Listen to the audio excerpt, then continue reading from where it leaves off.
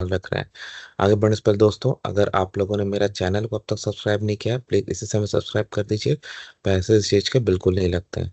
सो दोस्तों, कनाडा में इस समय post graduate work permit holders का इशू, या कह लीजिए फॉर्मर इंटरनेशनल स्टूडेंट्स का इशू, काफी ज्यादा हॉट टॉपिक है। और काफी लोगों का स्टे इन कनाडा मतलब मुश्किल में पड़ गया है। कुछ लोग वापस जा भी चुके हैं। ऐसे में मेरे पास नंबर नहीं है, बट मैं सोशल मीडिया और इधर उधर बहुत इस बारे में पढ़ रहा था कि कुछ लोग क्या कर रहे हैं कि अपना स्टे एक्सटेंड करने के लिए, जब कोई और ऑप्शन नहीं मिल रहा है, तो रिफ्यूजी क्लेम कर दे रहे हैं। तो इसके बारे में अपनी राय साझा करूंगा। प्लीज इस वीडियो को अंत तक जरूर देखिएगा। और बस क्लेरिफाई कर दो कि मैं कोई इमिग्रेशन कंसल्टेंट या गवर्नमेंट बॉडी नहीं हूँ। तो अगर आप इस वीडियो से कुछ ले रहे हैं, अपने रिस्क पे ले रहे हैं। तो देखिए दोस्तों, हर प्रोसेस के अपने मतलब नियम होते हैं। तो रिफ्यूजी क्लेम के लिए भी कुछ क्राइटेरिया होता है। तो अगर आप रिफ्यूजी क्लेम करते हो, तो definitely as a democratic country आपको ये मौका मिलेगा कि आप अपना केस फॉरवर्ड करो और उस पर सुनवाई होगी। लेकिन बहुत सारे उसमें फैक्टर्स हैं जो आपको कंसीडर करना होगा। सबसे पहली बात, मान लीजिए आपने कनाडा में आए, 3 साल पढ़ाई की, 3 साल जॉब किया, एग्जाम्पल पे 6 साल, उसके बाद अब जब आपके पास ऑप्शन नहीं है यहाँ पे अपना स्टे लंबा करने का, आपने due to whatever reason, like political issue या सेक्सुअल ओरिएंटेशन, जिस कारण से भी आपने रिफ्यूजी क्लेम कर दिया कि भाई मैं वापस अगर जाऊंगा तो मुझे मेरी जान का खतरा है, आपने क्लेम कर दिया, ठीक है।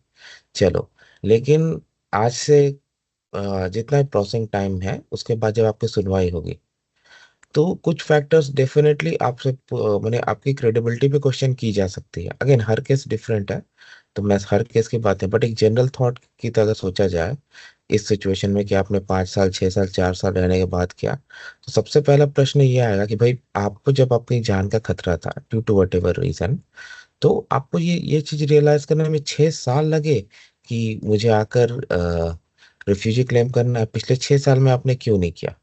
पहला वो होगा, ठीक है। दूसरा क्या है कि आपकी ट्रैवल हिस्ट्री भी देखी जा सकती है। वो ये कहेंगे कि इन 6 सालों में आप 2, 3, 4, एक बार, बहुत ऐसे लोग हैं जिन्होंने ट्रैवल किया होगा, वह गए और वापस आए। तो अगर आपको इतना ही ज्यादा जान का खतरा था कि आपको देश छोड़ के जाना पड़ा, तो इस बीच आपने ये 2, 3 ट्रिप्स कैसे कर ली? ये सब क्वेश्चंस तो आएंगे ही ना। और मैं कहीं पढ़ रहा था कि अगर क्रेडिबिलिटी के रीजन पे अगर आपका क्लेम रिफ्यूज किया जाए, तो शायद अपील भी नहीं होती है। मुझे ये नहीं बारे में मैं श्योर नहीं हूँ, बट आप देख लीजिएगा। दूसरे और दूसरा सबसे बड़ा फैक्टर, आपकी जो करेंट कंट्री ऑफ सिटीजनशिप है, उस कंट्री के कुछ स्पेशल रूल्स हो सकते हैं अगर आप उस कंट्री के अगेंस्ट जाकर रेफ्यूजी क्लेम करो।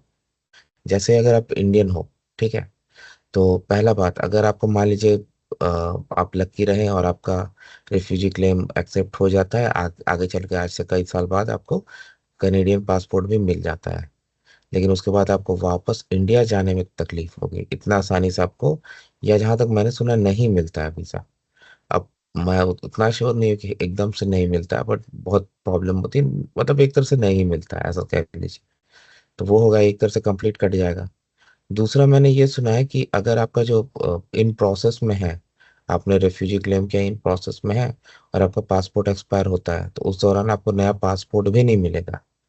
तो अब ये जो नियम है, ये कंट्री टू कंट्री वैरी करते हैं, ठीक है, वैरी कर सकते हैं। तो अगर आप इंडिया के नहीं किसी और कंट्री के हो, तो आपके कंट्री के रूल्स अप्लाई होंगे। तो इन चीज़ों को आप देख लो, उसके बाद आप डिसीजन लो। और दूसरी बात दोस्तों, जस्ट कोई ऐसा काम कर रहा है हम भी करें, ये जरूरी नहीं है भाई, ये ऐसा मत कीजिए।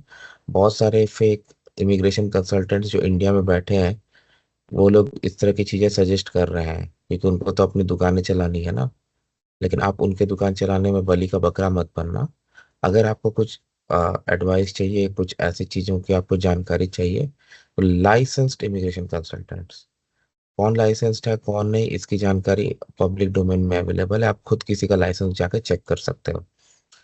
तो जो लाइसेंस इमिग्रेशन कंसल्टेंट्स हैं, जिन्होंने सही कोर्स किया है, जो आपको सही निर्देश दे सकते हैं, अगर आपको कुछ जानकारी चाहिए तो आप उनसे लो। ये फेक इमिग्रेशन कंसल्टेंट जो पूरे इंडिया भर में या बाकी के देशों में भी अपनी दुकानें खोल के रखी हैं, ऑनलाइन दुकानें चला रहे हैं, जिनके पास ना कोई लाइसेंस है ना कुछ, बस दुकान चलाए जाओ। वैसे लोगों के चक्कर में मत फंसिए दोस्तों। वो अपने पैसे लेके निकल जाएंगे, आप फंस जाओगे। लास्ट में आपके पास कुछ नहीं बचेगा।